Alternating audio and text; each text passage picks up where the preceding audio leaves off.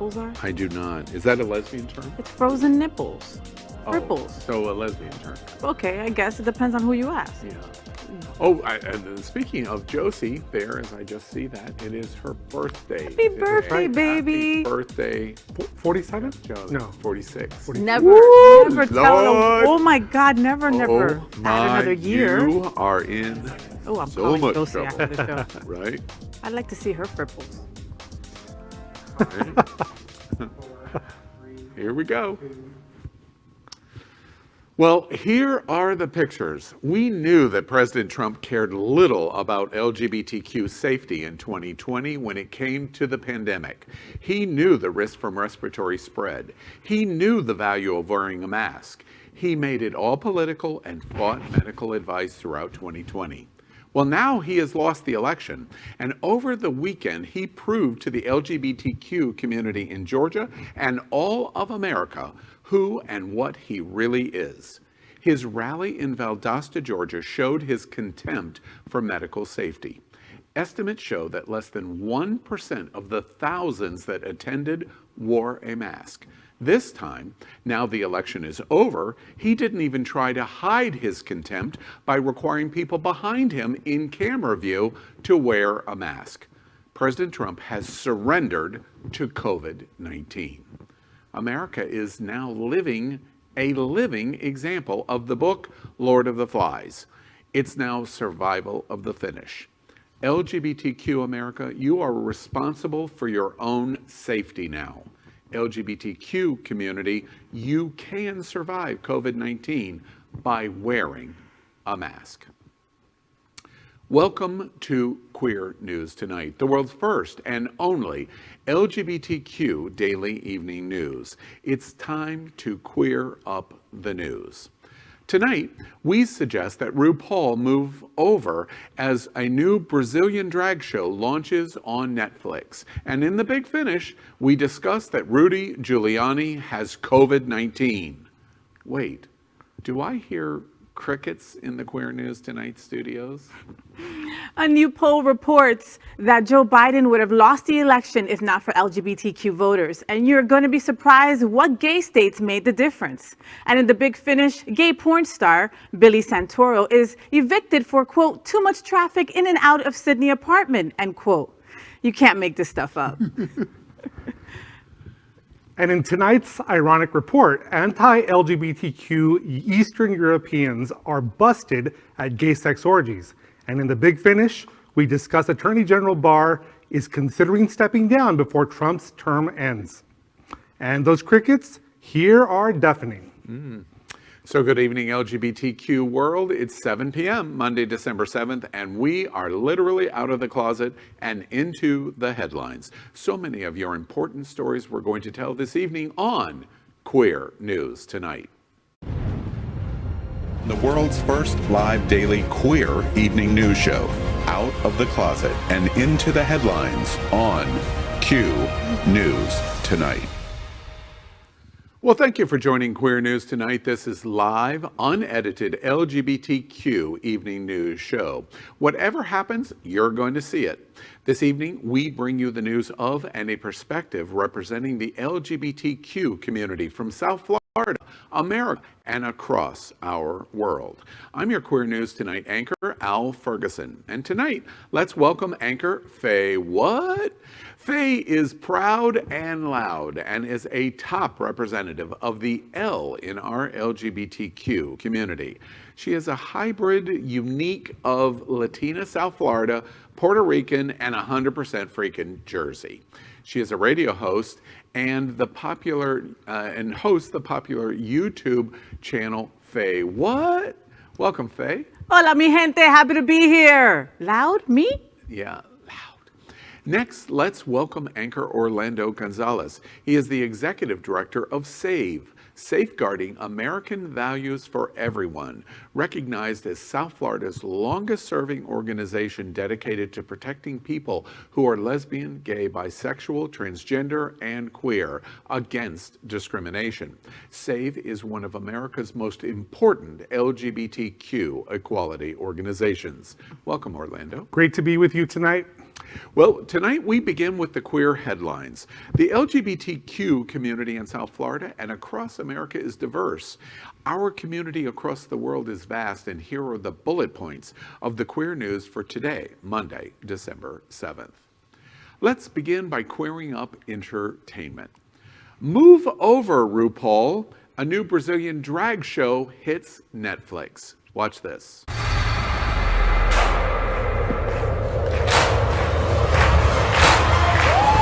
With a lot of training, dedication, and a huge amount of glitter, Gloria Groove! and Alexia Twister. They can make dreams come to life. I can't wait to see what's waiting for me in that place. Today, I'm an adult, I'm free, and find myself in the world of drag. It's a dream come true. Oh my god! We've been waiting for you. I'm glad you're here. Hi. What are your talents? When I think about drag queens, I see a multifaceted artist. Is she blonde? Is she brunette? Is she a redhead? Ramona is a phoenix, honey. I know what I like and what I don't like, but I'm not really sure about who I am as a drag queen. He's going through a storm of emotions. He saw his beauty. It was very emotional. I worry about him a lot. We're trying to make being a drag his liberation. I realized I have a lot to learn. Being a drag is not easy. As your godmothers, We do solemnly swear, to assist you with the rebirth of this queen, without letting her fall, until you're worthy of wearing your crown.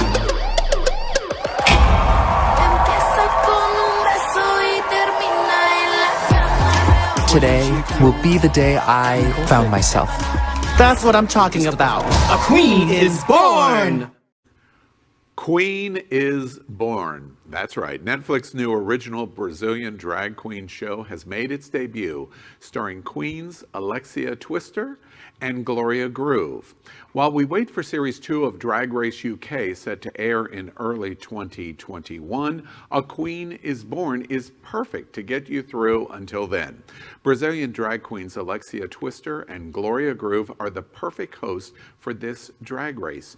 Gloria Groove is a Brazilian rapper, songwriter, voice actor, and a drag queen. Groove's counter queen, Alexia Twister, is also a Brazilian drag star, an actor known for Romeo and Romeo, Drag Me Like a Queen, and now A Queen is Born. Within each episode, Alexia Twister and Gloria Groove act as godmothers, helping people who dream of being part of the drag universe to pursue their career. With makeup tips, costumes, posture, voice acting, and choreography, participants will experience a transformation that will lead them to their final presentation. The team will also count on special guests to coach the selected participants during the show. The São Paulo-based production is 6 episodes long with an average duration of 40 minutes each. Love it, love it. I can't wait. Look, healthy competition in drag is awesome. Visibility is important, fantastic. Maybe they'll have Pablo Vittar as one of the coaches, or Fauci. Fauci. How do I get somebody to coach me with my posture and my makeup and my one for every little channel, right? You know, when I think of Orlando Gonzalez, I think drag queen. It just pops right into my head. You know, one of the great things about this, which I'm so thrilled that it's on Netflix, we were just talking about this. Of course, you're watching the show that is broadcast in Portuguese, but Netflix is brilliant doing English voice close to lip syncing, how appropriate for a drag show, of Portuguese, so we can all enjoy and understand it. Brilliant. Very good. I can't wait to watch it. So smart. I hate reading closed captioning, so. All right. Next, it's Queer Up Gay Culture. Loving, a beautiful history of men in love through photographs. As America knows, at Queer News Tonight, we are committed to bringing you the best of culture, including art, books, calendars, and more for the queer consumer. Photographs have a way of speaking the truth of the past. Are the subjects in the photos looking at the camera or looking at us? Or even better, are the subjects looking at one another, sharing a secret? This is what Hugh Nini's and Neil Treadwell's book, Loving, explores through the pages of a rich and revealing history of men in love through photographs. They have been collecting rare queer photos for more than 20 years and have given the LGBTQ community an early Christmas present. In a recent interview, Treadwell said they began with photos from the antique stores. Neal said it was more than 6 months before they found a second photograph. They have traveled extensively to gather this amazing collection of queer history. Of interest, they discuss how much was collected from Eastern Europe, including Bulgaria. Some of the photographs represent nearly 150 years of LGBTQ history. Today, they have exceeded more than 3,000 historic queer photographs. Neal says he hopes America will take one overriding message from the book, that the photographs are a message of love and that love is universal. Everyone at Queer News Tonight and Happening Out Television Network completely agree and remind you that loving would make a perfect holiday gift. You can find it on Amazon or 5 Continents Publishing. All us here just love loving. Well, love is love. Isn't that one of the monikers of our community? And here they capture it again with a beautiful title, Loving. I have never seen in my entire LGBT career an image of 2 men, as old as the photograph is, saying not married, but willing to be. It's an amazing collection. This is an amazing Christmas gift that I'm going to give some friends this year for the holidays. And you see, boys, it's not all about sex. You see? It's not all about sex. Well, no, wait a minute. Hold on. What? Hold on. What? Hold on. What? Oh, hold on. Okay, it's all about sex to you. But these photographs are just beautiful. And you know what keeps on hitting me back is that during those times they probably they weren't free to be who they were. Yeah, yet they still took that risk to take these pictures. Simply beautiful. Absolutely. It wasn't safe, but here they are. So up next, let's queer up politics. Joe Biden would have lost the election if not for LGBTQ voters, according to a new analysis. In the data from the Associated Press Votecast, another analysis of the 2020 election has found that Donald Trump would have won if not for LGBTQ voters. The Washington Post reports new data that found that Georgia, Pennsylvania, Wisconsin, Arizona, and Nevada would have gone for Trump if LGBTQ voters would have decided to stay home on election night.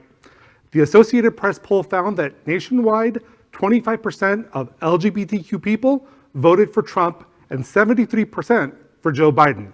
A better share for Biden than the New York Times early exit polls, but lower than GLAAD's poll from the election. The researchers found that cis people, but not the general population in the 5 states above, voted for Trump, and therefore those states would have gone for him and tipped the Electoral College in his favor if not for LGBTQ voters. The Associated Press's poll was also able to provide state-level results for cis voters, which allowed the researchers to input the percentage of LGBTQ people who voted for Biden in those states. According to their math, 89% of LGBTQ voters in Arizona and 88% of LGBTQ voters in Georgia voted for Biden, much higher than the national average and enough to tip the scales to Biden in those states. The share of Democratic votes among LGBTQ populations in Wisconsin, Nevada, and Pennsylvania were closer to the national average at 70, 73, and 78% respectively. You know, the amazing thing about this poll is I was expecting Florida to be the tip over in the LGBTQ community. Never in my wildest dreams would I have said it's going to be Arizona. Amazing. It's a new world that we're living in. The amount of LGBT turnout in Arizona and in Georgia. Tip scale, which is what this new report finds, it is absolutely amazing. And targeted voting, come out to votes, really work in terms of overall effect on national elections. This is incredible news. The LGBTQ community came out in full force because we needed to vote because our life depended on it. Literally, our lives depended on it. And so now we need Georgia to flip to get some stuff going. Yeah, do it one more time. Absolutely. Our votes and our voices really matter, and we're seeing it play out every day.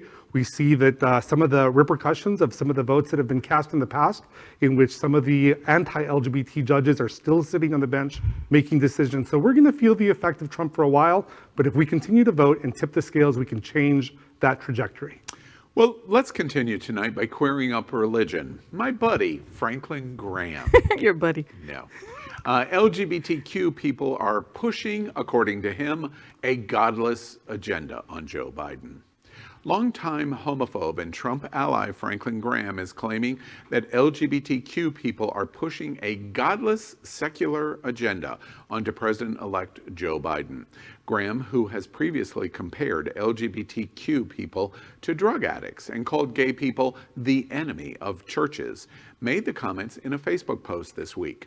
Graham wrote, quote, LGBTQ activists, and I think Orlando is one of these people, within the Democratic Party are pushing their godless secular agenda with a potential Biden administration. If you don't conform to their ideology, agree with their sinful beliefs, teach what they say is right, they want to close you down. They will pressure and bully politicians to get their way, end quote.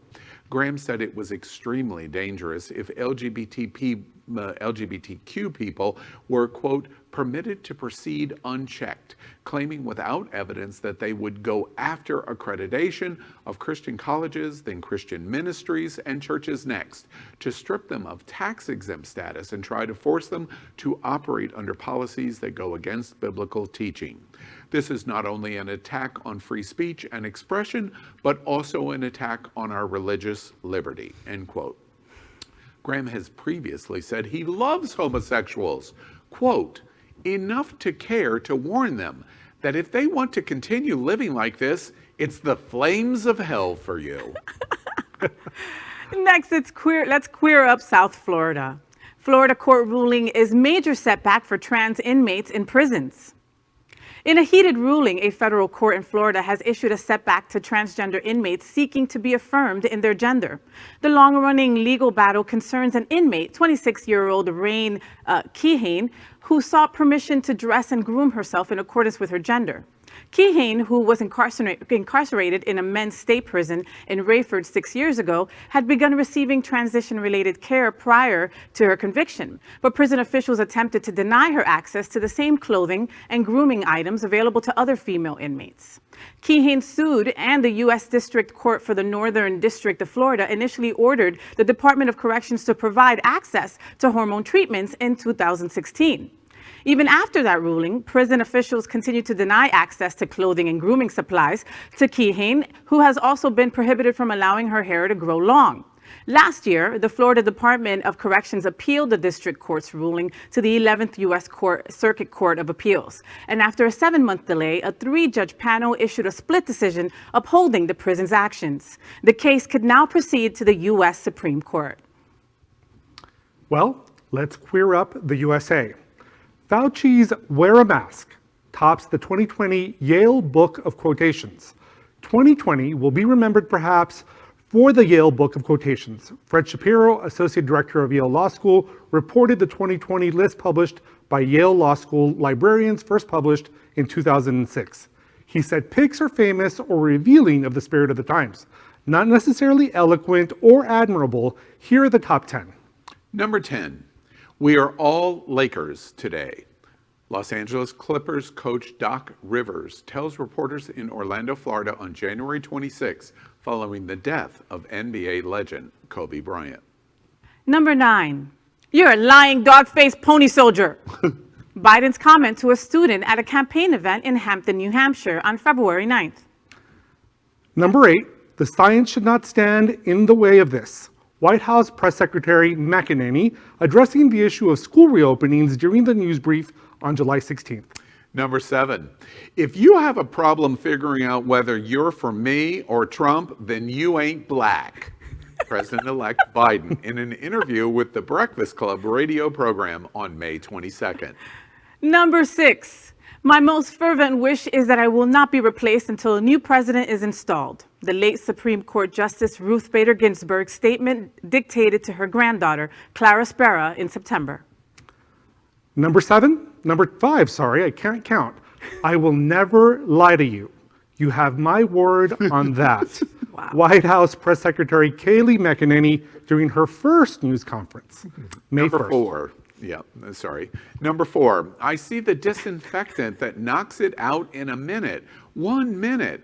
And is there a way we can do something like that by injection inside or almost a cleaning? Trump's remarks at a White House coronavirus task force news briefing on April 23rd.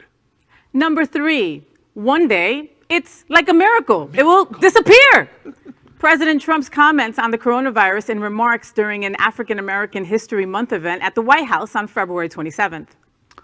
Number 2, George Floyd's I Can't Breathe on May 25th. And the number 1 top quote of 2020 is Anthony Fauci's appeal to Americans to wear a mask during the pandemic to prevent COVID-19.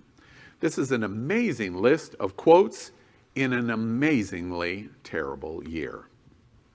Well, I love Fauci's wear a mask. I think he should have asked, he should have added to it, wash your ass and wash your hands and wear a mask. And then it would have definitely even been even more popular than number 1. But there was a bunch there that were fantastic. I love it. And I love that the Yale librarians put them together. I wonder if they're hot. Well, these quotes are definitely the umbrella of everything we've lived under over the last, 12 months. It's really the whole gamut, but they really covered all the highlights of the major news stories. Yeah. One of the things that I thought when we were reporting this story is I am so looking forward to, with many of those quotes that we hear, I am so looking forward to closing the door on 2020 and opening the new door of 2021. Word. It's over. Bye-bye, 2020. Yeah. Next, it's Queer Up the World. Orgy organizer says politicians across Europe attend his sex parties. Watch this. Bar is downstairs, but my parties always take place here. Okay. In the apartment. It was a small party. Normally, I have much bigger parties with 100 people. Okay. No, I don't do it during COVID. This was some sort of special event for the people who declared that they had COVID and they're immune to COVID. And they are, because it was a bareback party, that means that no condoms were allowed. People had to declare that they are on PrEP or they are HIV positive. Anti-LGBTQ plus Hungarian politician who was caught at a gay orgy was planning a sex party of his own, according to the man who hosted the original event.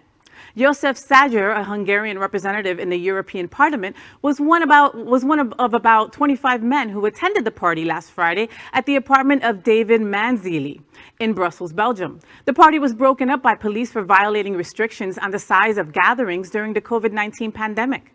In a dramatic twist and news, Manzili was told Polish publication Onset that Szájer was planning to host a gay sex party December 12th, but decided to cancel it after being fined for violating the pandemic rules. Manzili said that Szájer invited him to the event, quote, "Many public figures from various countries appear at my events, including Polish politicians," end quote. Manzili said, quote, "They have families and they have asked from the outset, to keep their participation in the gay orgy a secret," end quote. He said he has hosted politicians from at least 9 countries, including at least 9 members of Hungary's far-right Fidesz party, of which Szájer is a member and which is a majority party in the nation's government. He also said, quote, "We have politicians from Ukraine, France, Germany, the Netherlands, Luxembourg, Switzerland, and Spain," end quote. However, the frequent guests are Poles and Hungarians, end quote. As regular viewers of Queer News Tonight already know, Poland and Hungary have some of the most homophobic governments in Europe. Well, I'm digesting that. That is our queer headlines for today. So let's catch up on the LGBTQ news surrounding COVID-19 with our special segment called Quarantine Quickies. Tonight we report the devastating effect coronavirus has had on the American and worldwide LGBTQ community in total cases and deaths. So let's queer up Quarantine Quickies. COVID-19 vaccine begins today in UK hospitals. Will the USA be next? Today, the British LGBTQ community celebrated as hospitals across the United Kingdom have received their first deliveries of the coronavirus vaccine ahead of the national rollout tomorrow. British National Health showed footage of one of 50 hubs taking part in the first wave of what was described as the biggest immunization program in their history. Batches of the vaccine were placed into freezers to keep the doses at -70 degrees until they are ready for use. Louise Coughlin, chief pharmacist at the Croydon University Hospital in South London, said, quote, "This is just so exciting. It's a momentous occasion," end quote. This hospital will forever be in history books as the world's first hospital to administer the vaccine. Today, in historic news for the entire LGBTQ world. Approval of the United States by the CDC appears to be set for this week. So this is our sneak peek to see how things might go for us when we start doing the vaccines here. So I, for one, am hoping that it goes the best. I'm praying for everyone over there. I want to start traveling again, you know? Yeah, no kidding. You know, I did that little survey where you get to find out what pecking order you're in for the vaccine. I think I'm going to get mine in 5 years. Yeah, I'm with you. Well, and that's because you're a political activist. You're at the bottom of the bottom of the list. No, just kidding, of course. But exciting news, because remember, the UK approved the Pfizer vaccine just last week, and in 6 days it's rolled out and they've begun to administer it. It's incredible, incredible. So that is our COVID-19 news for tonight. Next, we report that Happening Out Television Network helps support our LGBTQ community. An example of this is Sunshine Cathedral, the world's largest queer church here in Fort Lauderdale. We are broadcasting from our permanent set in supporting that partnership. The network broadcasts the largest LGBTQ religious broadcast in the world, with more than 30,000 watching every Sunday at 10:30 a.m. Eastern, and it's totally live. We encourage you to tune in. Our campaign of sponsorship proudly supports Sunshine Cathedral is my queer church. Watch this.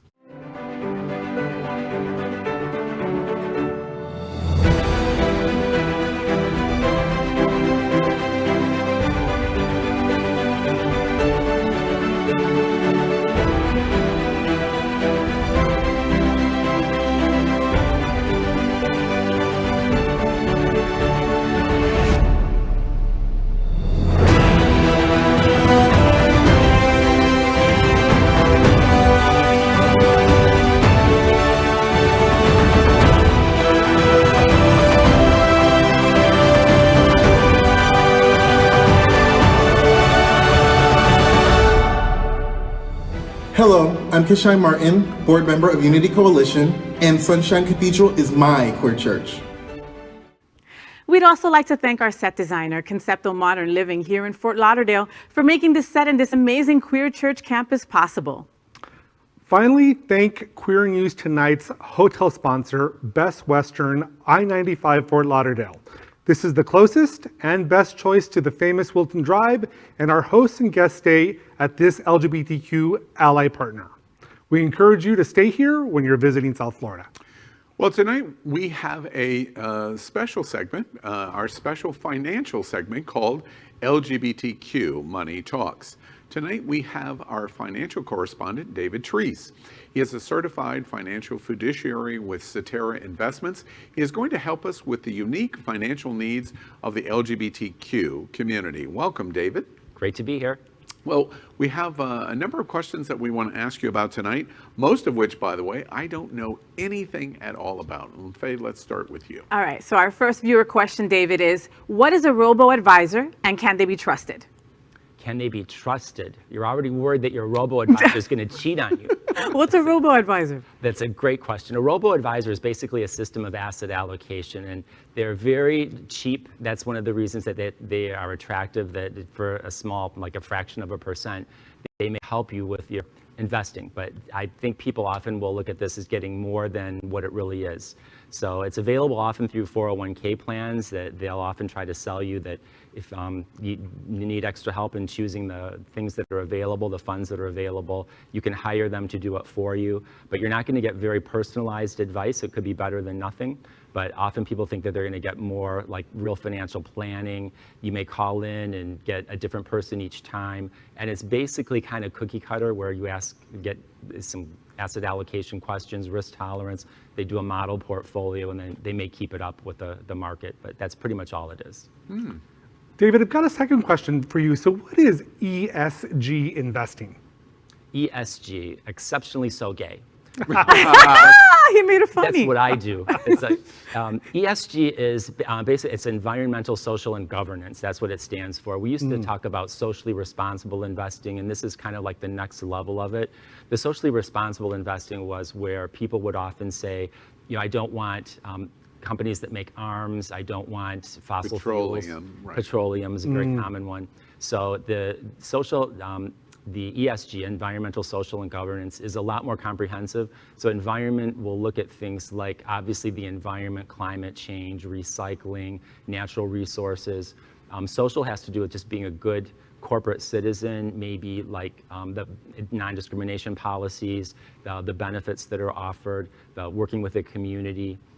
The governance has to do with the leadership of a company. Are they responsive to shareholders, responsive to their communities?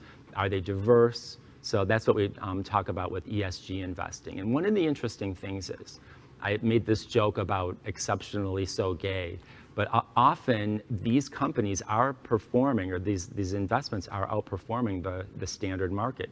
And the reason is they're more forward thinking. And we saw this with the technology companies that were much more welcoming to LGBTQ people. And so we'll see if that continues. There's no way to predict going forward. David, I want to make sure, and I apologize for interrupting you, but I want to make sure the soundbite of what you just said that I think I heard. What you're saying is socially conscious investing of businesses in a stock situation frequently outperform those that are less socially conscious.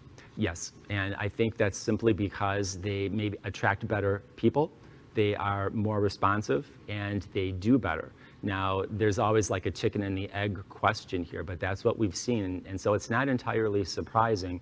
One of the questions is, will that continue? There are like 300 different ESG mutual funds now, so you still have to do your homework. Yeah, that's interesting. Okay. Our third question that we have with you tonight is very topical. We just have reported that the UK has just rolled the vaccine out today, has begun widespread distribution tomorrow. With that in mind, and the COVID vaccine on the horizon in the United States, approval this week, should I be paying special attention to anything that relates to my financial investing or any financial issues? It's a great question because the COVID-19 has affected everything, the economy, the stock market. This fall between the COVID-19 and the elections, it's just been overwhelming in terms of what it's taken for our attention. I think that this is going to lead to a lot of changes in the future, from real estate investing, commercial versus residential. One of the things we see right now is this very dark winter, as Anthony Fauci says. So we're getting slower economic numbers. We could have a lot of volatility in the market from it until we actually see that the vaccine gets widely distributed. And there are certain things I look at where people are trying to invest based on the vaccine, and that can be very tricky. Like, I've had people say, trying to pick the companies that were going to come up with the vaccines, and it's kind of like betting on a horse, and it might not even be in the race that you're trying to bet on. And another thing I'm aware of is, I think there could be some fraud attempts where people try to say, invest in this, whether it's distribution or something that's just completely fake. So again, always do your homework. David, I want to, before we close our segment tonight, I want to draw your attention back. America is, in South Florida especially, David, is a member of our community, obviously, and is an expert in financial advising to the LGBTQ community. I read a very interesting article today, which reminded me of something that I had forgotten. Back in October, President Trump said that if America elected Joe Biden, the stock market would crash. Well, today we're in the end of the first week of December. How is the stock market doing, David? The stock market has liked the election results quite a bit. And in fact, as I said before the election, that the worst thing for the stock market we commonly thought would be if there were a disputed election, that is like 2000. And when Biden was clearly the winner, the stock market reacted very positively. The stock market spoke loudly and clearly that this was not a disputed election. I do think also that the stock market likes the idea of divided government, even though our community might not like it. But so looking at the fact that the Republicans are still leading for the Senate, and of course it's up to the two elections in Georgia on January 5th. If it happens that the Democrats do take those 2 seats, and then you've got a 50-50 tie in the Senate, and then Kamala Harris breaking the tie, so the Democrats essentially take over, the stock market possibly might have a blip and might not like it because they're going to be thinking more taxes, more regulation. But I think that's probably just going to be very short term because the stock market loves the vaccine, and I think we're looking to get out of all of this economic disaster that we've had because of COVID-19. So next year could be a real positive. Yeah, absolutely true. Rings completely true to me. And the stock market hasn't crashed. It's the 20,000th and one lie that President Trump has told in the last 4 years. Well, that's tonight's LGBTQ Money Talks. We are here every Monday with contributor David Treese to answer your questions. You need financial assistance, you see it right there on the screen. We encourage you to contact David at Cetera Investments. And thank you again, David, and we'll see you next Monday. Thanks. We end tonight's broadcast with what we call the Big Finish. These are today's silly or news that entertains the LGBT community. So let's begin. In the Big Finish, have you heard Rudy Giuliani is in the hospital after a positive COVID-19 test? What do you think, Faye? What did you expect? He has been so reckless. And have you seen him on video? He'll blow his nose and then wipe his face with the same handkerchief. It is so disgusting. Disgusting. It is disgusting. And is a new symptom of COVID that your head grows bigger? Because is it just me, or his head has grown bigger in the last couple of months? It's the head and the eyes just keep widening and widening. You know, I watched a clip. I love sound clips that compare your words. If you're in the public or you're in media or you're on Twitter, they're going to get you. They're going to get you. You better be consistent. They showed Giuliani at the Pennsylvania hearing. And the person that he was crazy person he was trying to get to support that there was fraud was 3 feet away from him at the table. And he turned to her and said, "Would you mind taking off your mask?" And now we know, a couple of weeks later, he was saying, "Would you mind taking off your mask because I want to infect you with COVID-19. I'd like to give you a little gift." Illegal. Right. Illegal. My gosh. My goodness. The Big Finish. Oh, Billy. Embattled adult star Billy Santoro, I know it, Billy actually, gets the heave-ho from his landlord in Sydney because he has too many meet and greets in his apartment.